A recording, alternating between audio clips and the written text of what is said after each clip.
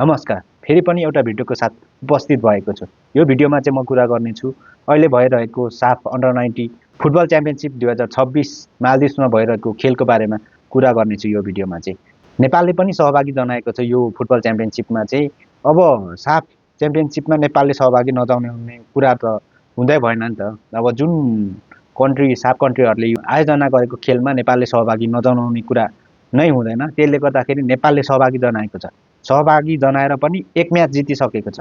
हिजो जुन यो साफ अन्डर 90 फुटबल च्याम्पियनसिपमा नेपाल लगायत 7वटा कन्ट्रीले सहभागी जनाएको छ। अब साफ कन्ट्रीमा 8वटा कन्ट्री भए पनि अब अफगानिस्तानको आफ्नै भित्री द्वन्द्वले गर्दाखेरि त्यहाँको शासनले गर्दाखेरि त्यहाँ प्लेयरहरू पठाइएको छैन।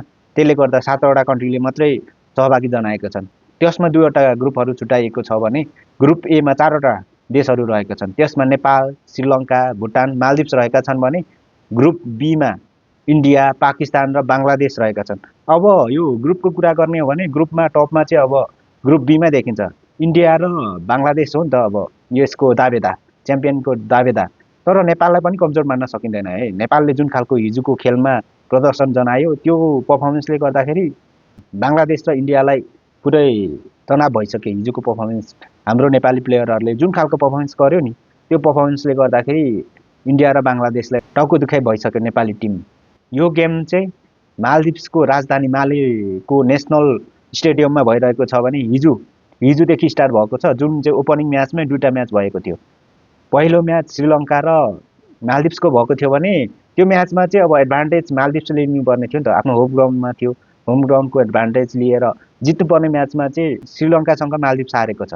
त्यो खासै ठुलो गोल अन्तरले हारेको छैन, 1 गोलले हारेको छ। मालदिभ्स 2, श्रीलङ्का 3 गोल अन्तरले जितेर अब नेक्स्ट गेम चाहिँ भोलि, नेक्स्ट गेम अर्थात् भोलि नेपालसँग श्रीलङ्का भिड्नेछ। भोलि 3:45 देखि नेपालसँग भिड्ने म्याचमा चाहिँ अब को टिमले खतरा खेल्छ भनेर के भन्न सकिँदै छैन। दुवै टिमले त्यही खालको पर्फर्मेन्स गर्यो नि त। हिजोको उनीहरूको टिम कम्बिनेसनले गर्दाखेरि अब नेपाल फेभरमा छ कि श्रीलङ्का फेभरमा छ भनेर छुटाउनै नसकिने खालको पर्फर्मेन्स दिएका थिए। नेपालले चाहिँ भने भुटानसँग 2-1 गोल अन्तरले जित निकालेर आफ्नो पहिलो जित दर्ता गरिसकेको छ। त्यो म्याचको अब ओभरअल कुरा गर्ने हो भने नेपालले यस्तो राम्रो पेस र टिम कम्बिनेसन मिलाएको थियो भनेर त त्यो 4 मिनेटभित्रको त्यो उनीहरूको डी एरियाभित्र पाएको त्यो फ्री किकलाई यस्तो युटिलाइज गरे कि नेपाली प्लेयरहरूले यस्तो सल्लाह गरेर जुन टिमवर्क गरे नि त्यो हेर्न लायकै थियो। 4जना नेपाली प्लेयरहरूले अब कसले हान्छ भनेर मालदिभ्सको त्यो डी एरियाभित्र त्यो 11जना बसेको प्लेयरहरूले डिसाइड गर्नै सकेन के। 4जना नै कुदिरहेछ, रनअप लिइरहेछ। 4जनाले नै कसले हान्ने भनेर यस्तो झुकाएर हान्यो कि यस्तो पावरफुल सट पनि हानेको थियो। सुजन डङ्गोलको त्यो 4 मिनेटभित्रको पावरफुल सटले नै नेपाली दर्शकलाई चाहिँ एकदम मजा आयो नि त। यस्तो मजा पनि आएको थियो। तर ओभरअल नेपाली फुटबलको कुरा गर्ने हो भने तारिफ योग्य नै थियो हिजोको म्याचमा। सुजन डङ्गोलको कुरा गर्ने हो भने सुजन डङ्गोल अन्डर 70 मा टप स्कोरर।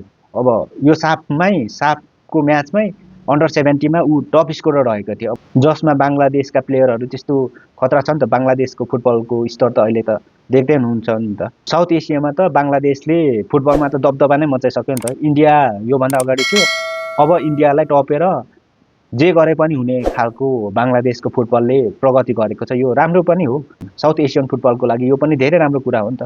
जुन चाहिँ एसिया कन्ट्रीमा पनि अब आफ्नो दबदबा देखाउन थालेको छ। हाम्जा चौधरी जस्ता प्लेयरहरू यता बङ्गलादेशले उत्पादन गर्दैछ भनेपछि बङ्गलादेशको फुटबलमा कुन खालको विकास भइरहेको छ भने यहाँबाट देख्न सकिन्छ। नेपाली अन्डर 20ले भोलि श्रीलङ्कासँग मालदिभ्सको राजधानी माले स्थित नेसनल स्टेडियममा भोलि 3:45 नेपाली टाइम अनुसार 3:45बाट खेल्नेछ। त्यो म्याचमा चाहिँ नेपालले कस्तो पर्फर्मेन्स गर्ला त श्रीलङ्काको एगेन्स्टमा। हिजो नेपालले भुटानलाई जित्दाखेरि भुटान कमजोर थियो त्यही भएर जित्यो भन्ने खालको कुराहरू पनि उठिरहेछ।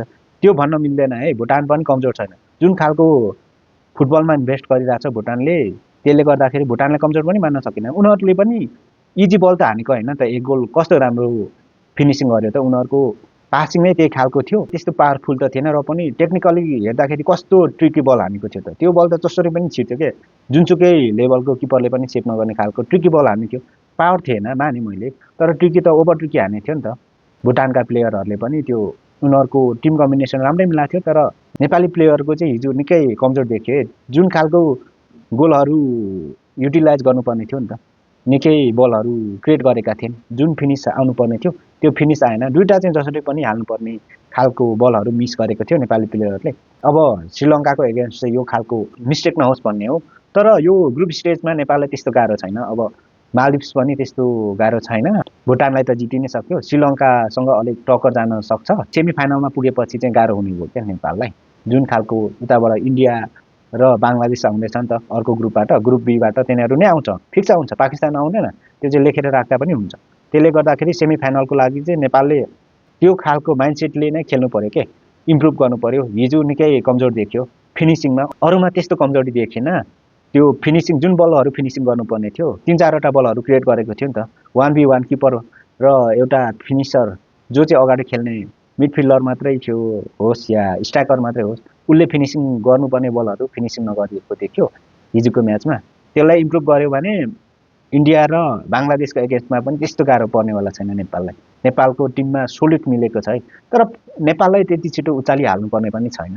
पहिलो म्याच त खेल्दैछ, भुटानसँग पहिलो म्याच खेल्यो। अब भोलि श्रीलङ्कासँग कस्तो खेल्छ त्यसले नै डिसाइड गर्छ अब बङ्गलादेश र इन्डियासँग कस्तो खेल्छ भने।